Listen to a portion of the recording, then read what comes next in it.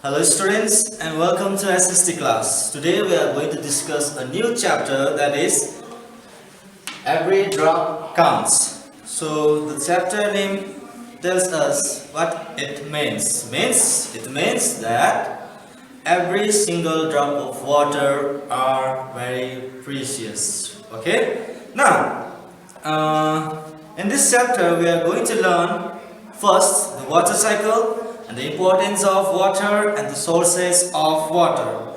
As we all know, water exists in three forms, that is solid, liquid and gas.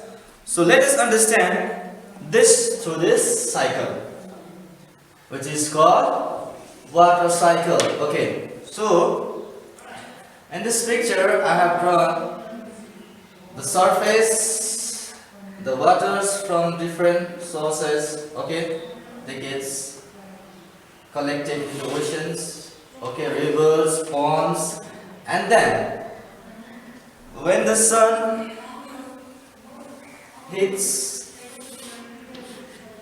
when the sunlight hits on the ground or in the water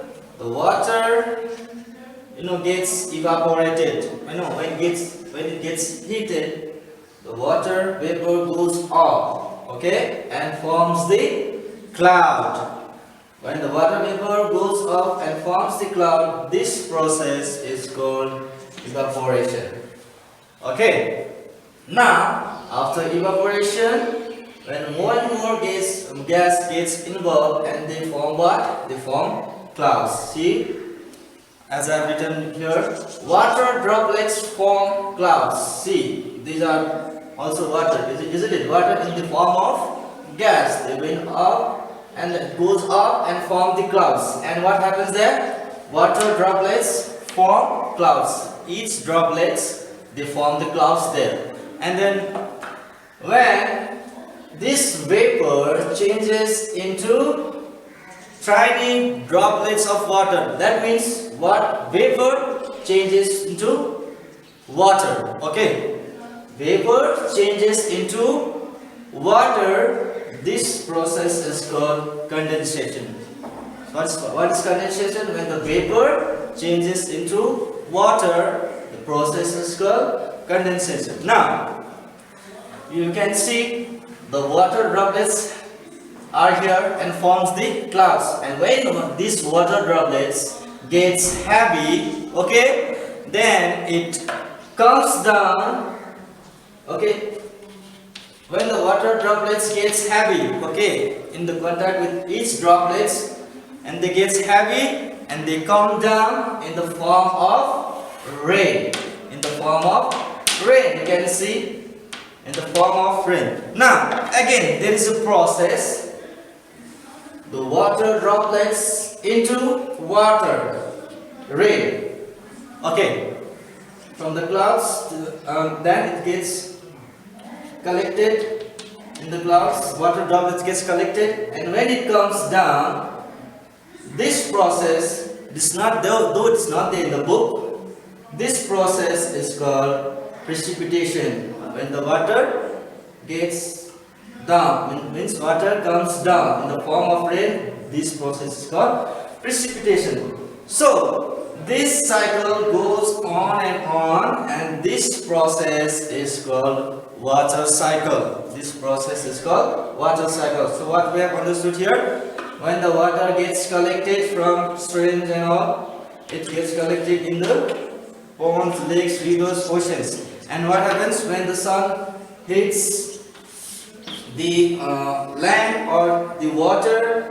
The water gets heated and the vapor goes up. Okay, the vapor goes up and forms the cloud. So when the vapor goes up, this is called evaporation. When the water gets heated, it forms into water vapor. This is evaporation process. And when this vapor, after cooling, it changes into small droplets of water, this is called condensation. When cooling, okay, this is on heating and this is on cooling. Now again, these droplets fall down in the form of rain, that process is called precipitation, and this cycle goes on, and you will get what will you know about this.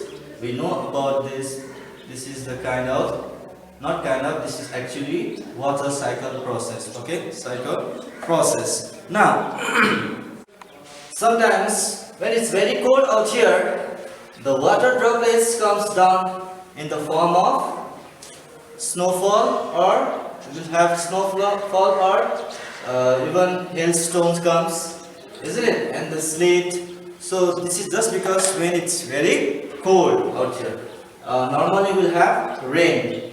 Now, as you already know that water exists in three forms, that is solid, liquid, and gas, isn't it? Now we have learned that solid, as I've already told you, when it gets too cold, sometimes it comes down. The water droplet comes down in the form of ice, means hailstone, sleet, etc. And the liquid in the form of rain, obviously, isn't it? And then gas, when it gets heated, the water